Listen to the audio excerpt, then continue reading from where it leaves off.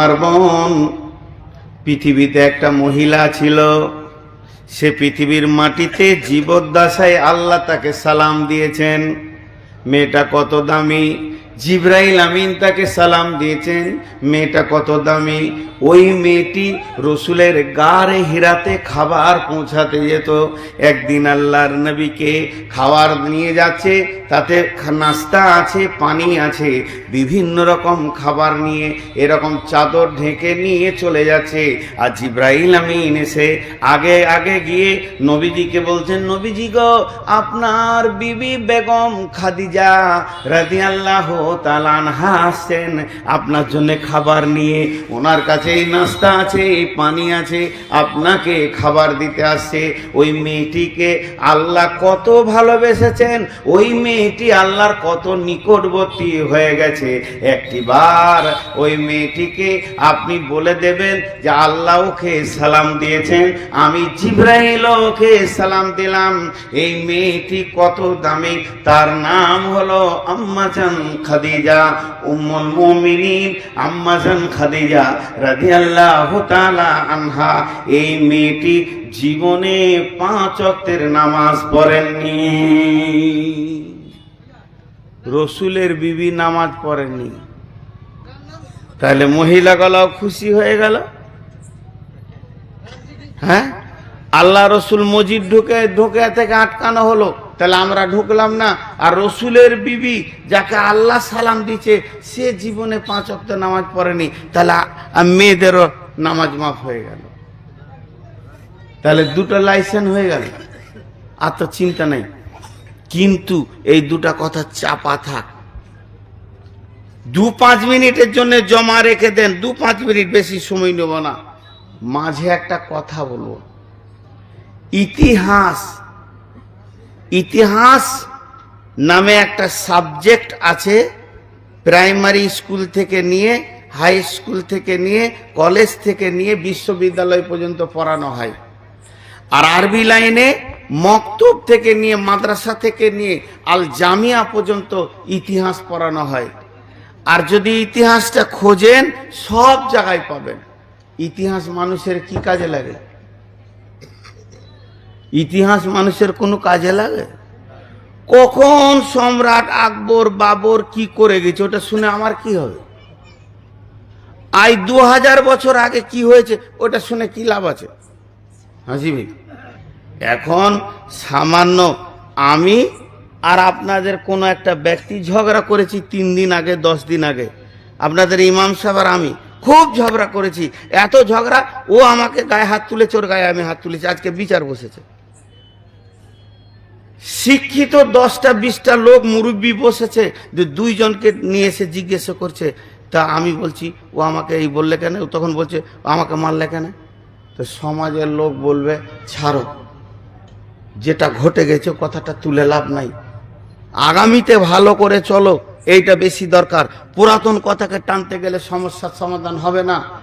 তাহলে ইতিহাস কোনো লাভ আছে? বলেন না, নাই, লাভ নাই। তাহলে আপনারা স্বীকার করলেন, তা আজকে আমাকে 2 লাখ টাকা ধার দেন, কালকে চাইতে গেলে বলবো যা ঘটে গেছে ছেড়ে দাও, দেন। পুরাতন নিয়ে যদি লাভ না থাকে, 5 লাখ টাকা ধার দিয়ে দেন, 5 দিন পর বলবো বলছি আমার টাকাটা, যেটা ঘটে গেছে ওটা ছেড়ে দাও জি, পুরাতন জিনিস টানো কেন? জি, ইতিহাস 4টা কাজ করে গুনেলেন, এটা ব্রেনে ভরেলেন আজকে। ইতিহাস গোটা কোরআনটাকে যদি ছালনি দিয়ে ছাকা যায়, তো 10 পারা খালি ইতিহাস আছে। 2 রকম ইতিহাস, একটা ইতিহাসের নাম কালো আর একটা সোনালী। একটা ইতিহাস আছে নবীদের, আর একটা আছে ফিরাউন হামান, এরাও কোরআনে জায়গা পেয়েছে, এদের ইতিহাসগুলো হচ্ছে নোংরা।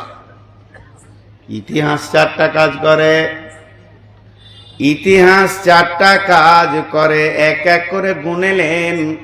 বিশেষ করে যারা ছেলে মানুষ মাথাতে ভরেলেন। আল্লাহর হস্তে বলছি, ধীরে ধীরে বলছি। 1 নম্বর, ইতিহাস ভবিষ্যৎকে সাবধান করে। যখন আপনি ফেরাউনের ইতিহাস পড়বেন, যখন আপনি হামানের ইতিহাস পড়বেন, সাদ্দাতের ইতিহাস পড়বেন, উবাই ইবনে খালফের ইতিহাস পড়বেন, আবু জাহেলের ইতিহাস পড়বেন, তখন আপনার দিল আপনাকে বলবে বেশি উচ্ছৃঙ্খল হোস না, বেশি বাড়াবাড়ি করে লাভ নাই। কত বড় বড় মাস্তান মাটির নিচে চলে গেছে, তুই অত বড় মাস্তান হতে পারবি না। তাহলে ইতিহাসে যখন খারাপ লোকদের ইতিহাসগুলো পড়বেন, আপনার ভবিষ্যৎটা ভালো হবে। আপনি রাস্তাটা খুঁজে নেবেন, নোংরা রাস্তায় যাব না, আজও তাদের ইতিহাস এখানে রয়েছে। আমি ভালো রাস্তায় যাব, আমি খারাপ রাস্তায় যাব না। বন্ধুরে, ইতিহাস কোনোদিন মরে না। মানুষ মরে যায়, ইতিহাস মরে না। মানুষ মরে যায়, ইতিহাস মরে না। আপনার গ্রামে একটা ডাকাত ছিল, তার নাম হচ্ছে কালু ডাকাত কিংবা খবির ডাকাত। সে মারা গেছে, আজ থেকে 100 বছর হয়ে গেল। মানুষের মুখে মুখে তার ডাকাতের নামটা আছে। আর রাস্তার ধারে যদি তার কবর থাকে, আপনি কালকে মেয়ের বিয়ে দিয়েছেন, পরশুদিন আপনার বিয়ায় বেড়াতে এসেছে, বিয়াইকে নিয়ে চা খেতে চললেন হরিশ্চন্দ্রপুর, একটু ঘুরতে চললেন। যখনই কবরের পাশ দিয়ে পার হবেন, চট করে বলবেন এটা কালু ডাকাতের কবরটা। কালু ডাকাতের হাড় হাড্ডি মিশে যাবে। ইতিহাস কোনদিন মিটবে। এখন ফেরাউন কি ইতিহাস বলছে, ইতিহাস ভবিষ্যৎকে সাবধান করে। 2 নম্বরে হচ্ছে ইতিহাস ভবিষ্যতের প্রেরণা জমায়। যখন দামি লোকের ইতিহাস পড়বেন, সাহাবীদের ইতিহাস পড়ব, যখন দামি লোকের ইতিহাস পড়ব, বড় বড় কবি সাহিত্যিক বিজ্ঞানীদের ইতিহাস ছেলেদেরকে এই জন্য পড়ানো হয়, তারা দুনিয়াতে ভালো নাম রেখে চলে গেছে, মানুষ তাদেরকে এখনো স্মরণ করে। এখনই যদি সাহাবীদের ইতিহাস বলতে লাগে, আপনার আমার চোখের পানি অঝর নয়নে বার হবে। তাহলে তখন আপনার মন বলবে, আমার ছেলেটা যদি ওই রকম মানের মানুষ হতো তো ভালো হতো, আমি যদি ওই রকম মানের মানুষ হতাম তো ভালো হতাম। ইতিহাস ভবিষ্যতের প্রেরণা জমায়। 2টা হয়ে গেল। 3 নম্বর, ইতিহাস বড় নিষ্ঠুর, ইতিহাস কাউকে মাফ করতে পারে না। আমি এখানে গোটা বোর্ডে লিখতে লিখতে লিখতে লিখতে লিখতে গোটা বোর্ডটাকে লিখে শেষ করে দিব। ডাস্টার আসবে, এরকম করে মুছে দিয়ে চলে যাবে। এ পৃথিবী আমার আসল ঠিকানা নয়, মত একদিন মুছে দিবে হায় সকল রঙিন পরিচয়। পৃথিবীতে যত কিছু লিখবেন মুছে দেয়া যাবে, কিন্তু ইতিহাস মোছা যাবে না। মানুষ মরে গেল, ইতিহাস মরে না, বড় নিষ্ঠুর। 3টে হলো। 4 নম্বর, ইতিহাস কি করে? মানুষের পরিস্থিতিকে কন্ট্রোল করে, মানুষের পরিস্থিতিকে কন্ট্রোল করে। মা আমার, বোন আমার, খালা আমার, একটু আগে বললাম রসুলের বিবি 5 ওয়াক্তের নামাজ পড়েনি। রসুলের বিবি, রসুলের বিবি একমাত্র বিবি যিনি আল্লাহর সালাম পেয়েছেন। এত দামি মেয়েটা কোনোদিন 5 ওয়াক্তের নামাজ পড়েনি। এখন লোক বলবে তা কি করে হয়? আপনাদের মন বলছে তা কি করে হয়? এটা কোনোদিন হতেই পারে না। জি হ্যাঁ, তার মানে হচ্ছে হযরতে খাদিজার কবর আছে কোথায়? খাদিজার কবর আছে মক্কা মুকাররমাতে, বাকি বিবিদের কবর আছে মদিনা মুনাওয়ারাতে। ইতিহাস বলছে খাদিজা যেদিন মারা যায়, খাদিজা যেদিন মারা যায়, তার 2 থেকে 2.5 বছর পর রসুলের সাবে মেরাজ হয়। মেরাজের রাত্রিতে আল্লাহর কাছে তিনি যান, আর ওই রাত্রিতে 5 ওয়াক্তের নামাজটা আমাদের কাছে আসে। তার মানে খাদিজা যতদিন বেঁচে ছিলেন 5 ওয়াক্তের নামাজটা পৃথিবীতে আসে নাই, ফরজ হয় নাই। জাকাত ফরজ হয় নাই, হজ ফরজ হয় নাই, উমরা হয় নাই, পর্দা ছিল না, এগুলো সব বাদ ছিল। তাহলে ও আগে মরে গেছে। এই সমস্যাটা কে মিটালো? ইতিহাস। সমস্যাটা কে মিটালো? ইতিহাস। তাহলে আল্লাহ রসুলকে মসজিদ থেকে রোকা হলো কেন? এর পেছনে একটা ঘটনা লুকিয়ে আছে। মসজিদে রসুলকে পা দিতে দেওয়া হচ্ছে না, হ্যাঁ? মসজিদে রসুলকে পা দিতে দেওয়া হচ্ছে না, এর পেছনে ইতিহাস আছে। বলি মসজিদ এমন একটা জিনিস, মসজিদ একটা এমন জিনিস। ইতিহাসটা কি? আল্লাহ রসুলের নবুয়তি জিন্দেগি 23 বছর।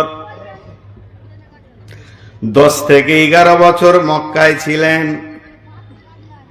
11 থেকে 12 বছর মদিনায় ছিলেন।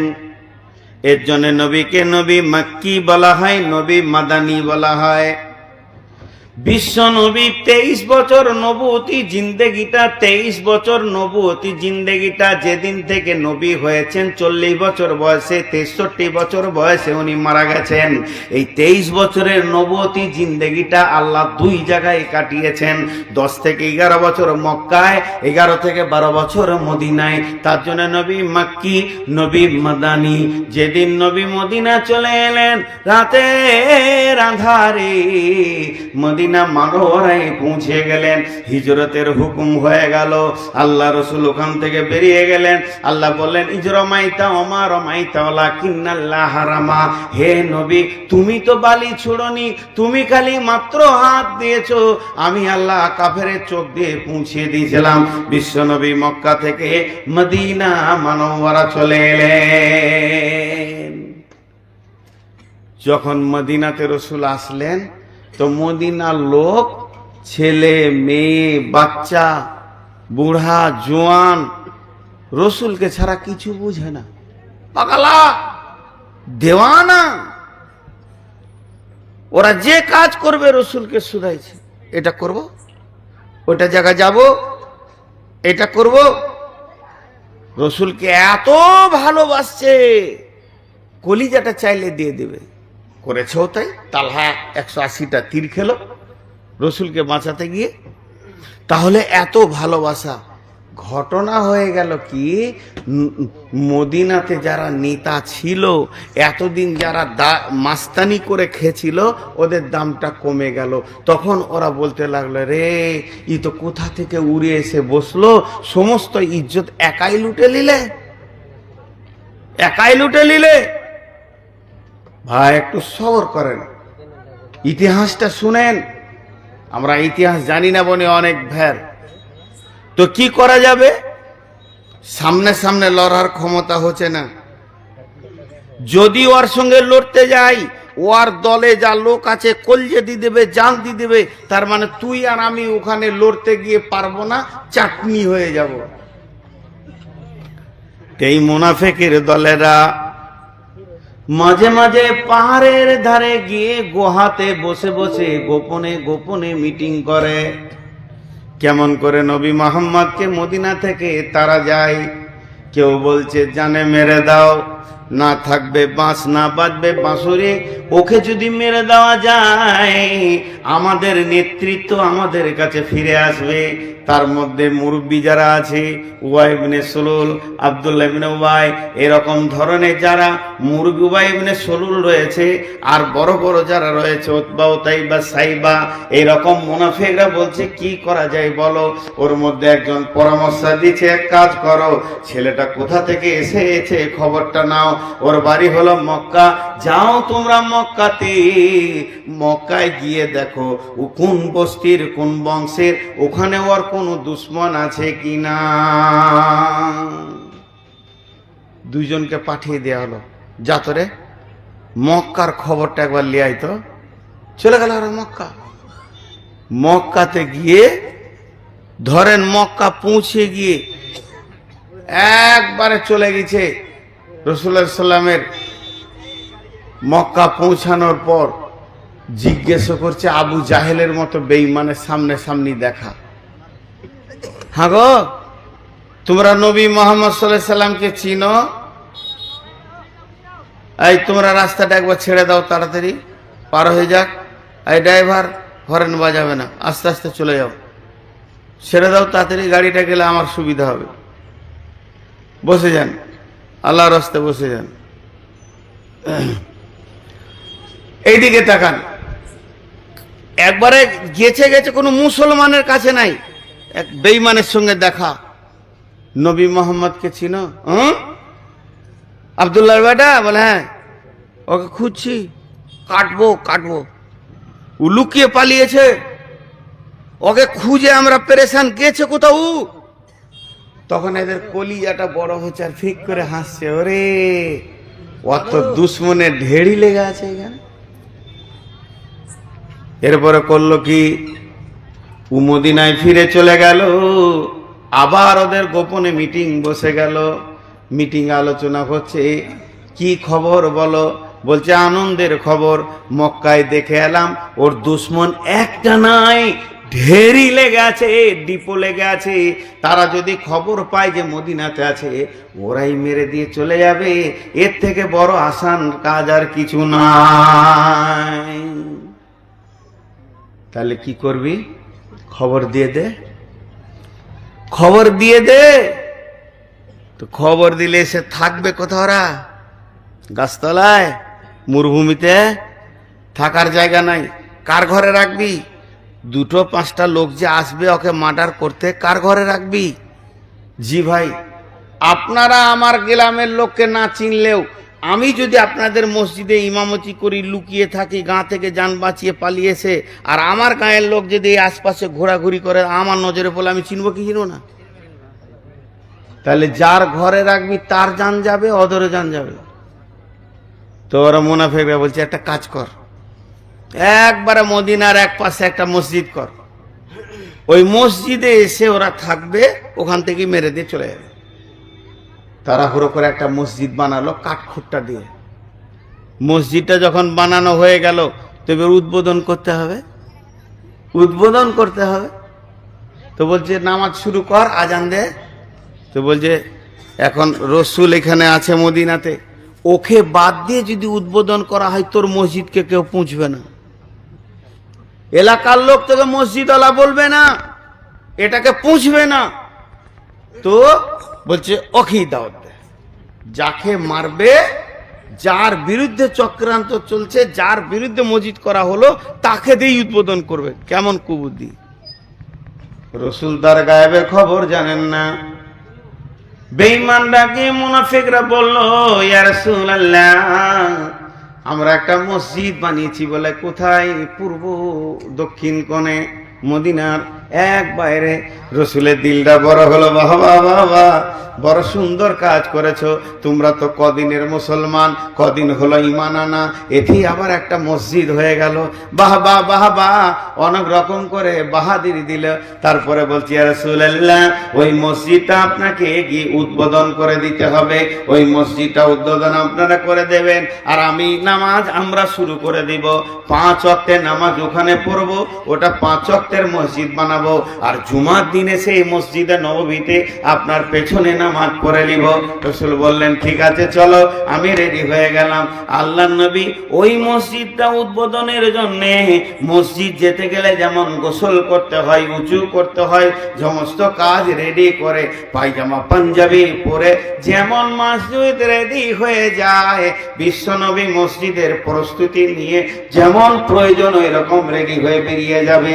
আর বেরোতে যাবে, এমন সময় জিবরাইল আমিন এসে বললেন, লা তাকুম ফিহি আবাদা ইয়া রাসূলুল্লাহ, ওই মসজিদে আপনার পা দেওয়া চলবে না, ওই মসজিদে আপনি পা দেবেন না।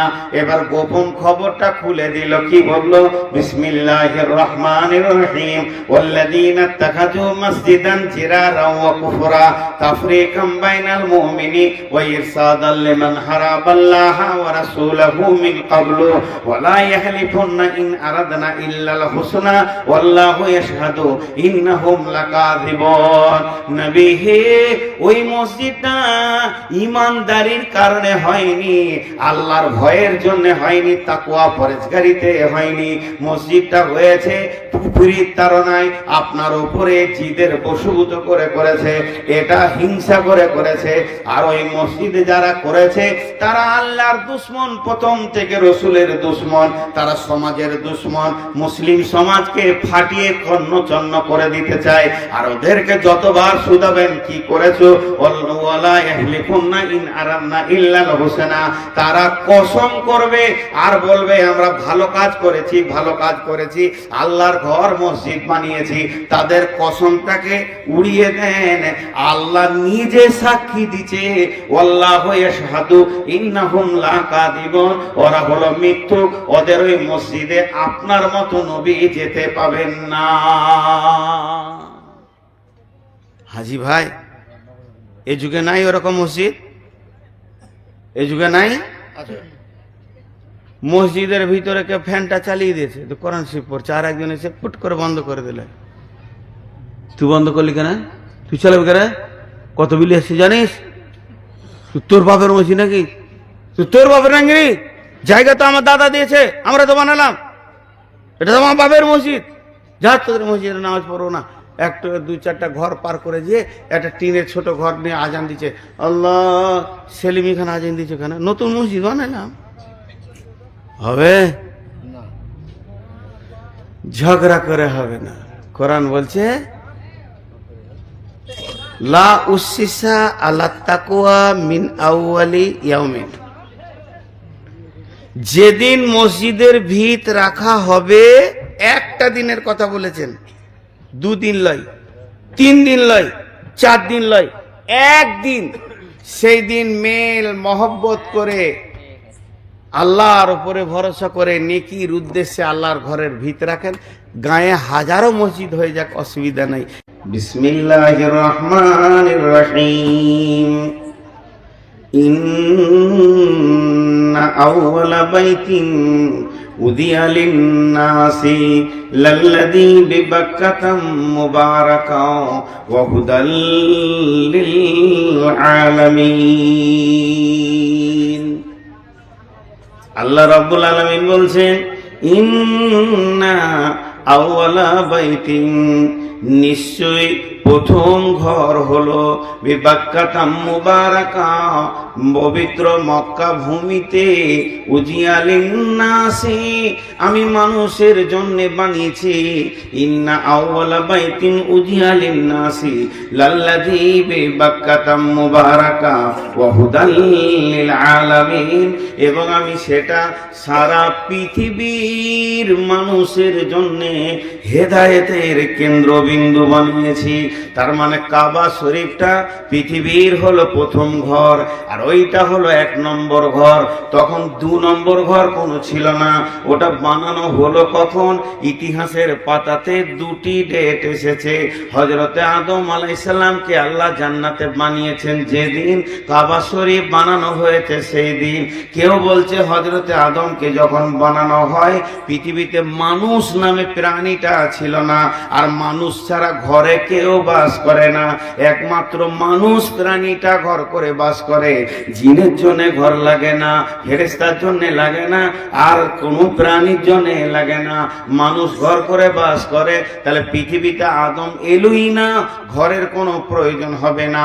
হযরতে আদমকে যেদিন বানানো হয়, তার 2500 বছর পূর্বে আল্লাহ মক্কা মুকাররামাতে, মক্কার নাম মক্কা, মক্কার নাম বাক্কা, মক্কার নাম বালাদ, মক্কার নাম বালাদ, এরকম মক্কার বিভিন্ন নাম দিয়ে আল্লাহ কোরআনে ডেকেছেন।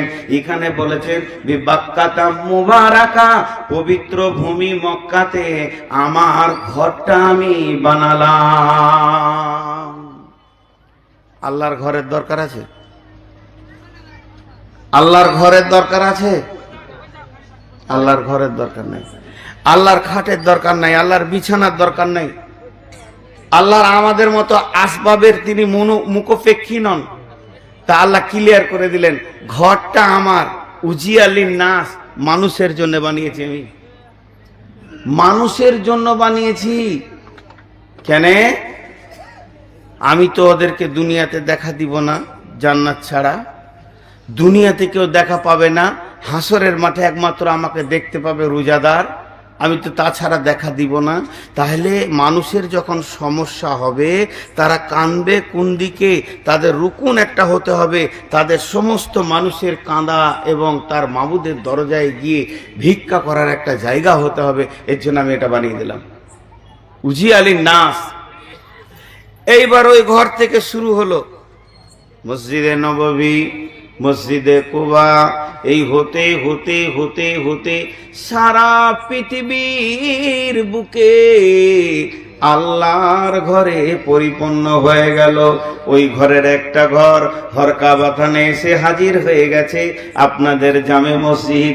এই ঘরটা হলো আল্লাহ তাবারাক ওয়া তাআলা সূরা জিনের মধ্যে বলছেন, ওয়া আন্না মাসাজিদা লিল্লাহি ওয়া আন্নাল মাসাজিদা লিল্লাহি ফালা তাদউ মাল্লাহি আহাদা। মসজিদ হলো আল্লাহর ঘর। এই আল্লাহর ঘরে ঢুকে অন্য কাউকে ডাকা যাবে না। আল্লাহর ঘরে যখন তুমি ঢুকে যাবে কাকে ডাকবে? আল্লাহকে ডাকবে। মসজিদ আল্লাহর ঘর। হাজি ভাই, একজনা গোটায় মসজিদটা বানিয়ে দিয়েছে 1 কোটি টাকা দিয়ে, একজনা জায়গা দিয়েছে। আর যে আজানটা চালু হয়ে গেল, মসজিদ চালু হয়ে গেল, আর কারো দাবি নাই, ঘর আল্লাহর। যে 1 পয়সা দেয়নি তারও মসজিদে যেমন হক, আর যে ঢেরই টাকা দিয়েছে তারও মসজিদে সেরকম হক। মসজিদ আল্লাহর ঘর। যত সময় যাবে তত ভালো লাগবে, আরো তথ্য কথা আসবে। শুধু আপনাদের সবর, 10টা মিনিট সবর করেন, বেশি বলছি না, তারপর আপনারা উঠে চলে যাবেন। তো মসজিদ আল্লাহর ঘর। এই ঘরে একমাত্র আল্লাহকেই ডাকা হবে, অন্য কাউকে ডাকা যাবে না। আল্লাহ খুশি হন। হাজি ভাই, মসজিদ কত দামি। বিশ্বনবী বলছেন, বিসমিল্লাহির রহমানির রহিম, وعن ابن عباس رضي الله تعالى عنه قال قال رسول الله صلى الله عليه وسلم من بنى لله مسجدا بنى الله له بيتا في الجنة। কেউ যদি পৃথিবীতে মসজিদ বানিয়ে যায়, কেউ যদি পৃথিবীতে মসজিদ তৈরি করে, কেউ যদি পৃথিবীতে মসজিদের পেছনে মেহনত করে সুন্দর একটা মসজিদ বানায়, বানালো সে পৃথিবীর মাটিতে, মাল্লার মাটিতে, দুনিয়ার জমিনে। এর পরিবর্তে সে কি পাবে? তার জন্য আল্লাহ জান্নাতের ভিতরে একটা ঘর বানিয়ে দেবে। বানাল্লাহু লাহু বাইতান ফিল জান্নাতি। মসজিদ কত দামি। মসজিদকে আমরা হেলা ফেলা মনে করি। জানেন, আমাদের মসজিদের গুরুত্ব দিলে নাই। হ্যাঁ, ওগুলো এদিকে রাখেন, সবার আলো হচ্ছে, কেউ লিবে না, রাখেন। ধ্যানের সঙ্গে শুনেন, একজন আর গরু মসজিদে ঢুকে গেছে। গরুটা রশি ছিঁড়ে মসজিদে ঢুকে গেছে, আর ইমাম সাহেব মুরব্বী মানুষ চিল্লাইছে, কার গরু রে? ওই কার গরু? তখন যার গরু রুটি খেতে খেতে ঘর থেকে বের হতে থেকে, ইমাম সাহেব চিল্লাইছেন কেন? আপনি আলেম মানুষ হয়ে আপনার গলা এত জোর কেন? আস্তে কথা বলেন। গরু ঢুকেছে দেখিস নাই? তোকে হুঁশ আছে? গরু কার? বলছে আমার। তো ঘুরিয়ে ইমাম সাহেবকে বলছে, আপনার হুঁশ আছে? বলে কেন? বলে গরু তো ঢুকে গেছে, কি করব? আমি কোনোদিন ঢুকি? গরু শালা হুঁশ নাই, ঢুকে গেছে, আমি ঢুকি? ইমাম সাহেব যে মাথা কোটা ঠুকবো রে, তুই তো গরুর থেকেও খারাপ। গরু তাও আল্লাহর ঘর ঢুকেছে। আমার আল্লাহ তাবারাক ওয়া তাআলা তার মসজিদের ব্যাপারে কোরআনে অনেক আয়াত নাজিল করেছে। এখন একটা আয়াত পড়ব, আপনাদের জন্য এটা প্রশ্নে তৈরি হয়ে যাবে। আজই ব্যাপারটা ওখানে থাকলে কি বরকত হবে নাকি? আড়াল হয়ে যাচ্ছে লোকগুলো। বিসমিল্লাহির রহমানির রহিম। والذين اتخذوا مسجدا جرارا وكفرا تفريقا بين المؤمنين وإرصادا لمن حارب الله ورسوله من قبل ولا يحلفن إن أردنا إلا الحسنى والله يشهد إنهم لكاذبون আপনাদেরকে এবারে উল্টা লাগবে উলঝান। আমি গিয়েছিলাম নেপাল বর্ডারে, বদরুদ্দোজান্নাত বীর বাপের কিরাম, আর এই বায়ানটা শুরু করেছি তো একজন আলিম থাকতে না ফিরে বলছে क्या উলঝান পয়দা কর রহে, কি উল্টো পাল্টা বকছি। আল্লাহর নবী, বিশ্ব নবী, আখিরি নবী, নবীদের নবী, রাহমাতুল লিল আলামিন, সাফিউল মুজলামিন, যিনি ছিলেন খায়রুল বাশার, তিনি হচ্ছেন রাহমাতুল লিল আলামিন। এত দামি মানুষ পৃথিবীতে আর দ্বিতীয় কেউ নাই। আল্লাহর পরে পরে যার স্থান, ওই লোকটি মসজিদে যাওয়ার জন্য উঁচু করে রেডি হয়ে আছে, এবার মসজিদে যাবে। এমন সময় জিবরাইল আমিন এসে রসুলের সামনে দাঁড়িয়ে গিয়ে বলছেন লা তাকুম ফিহি আবাদা, নবী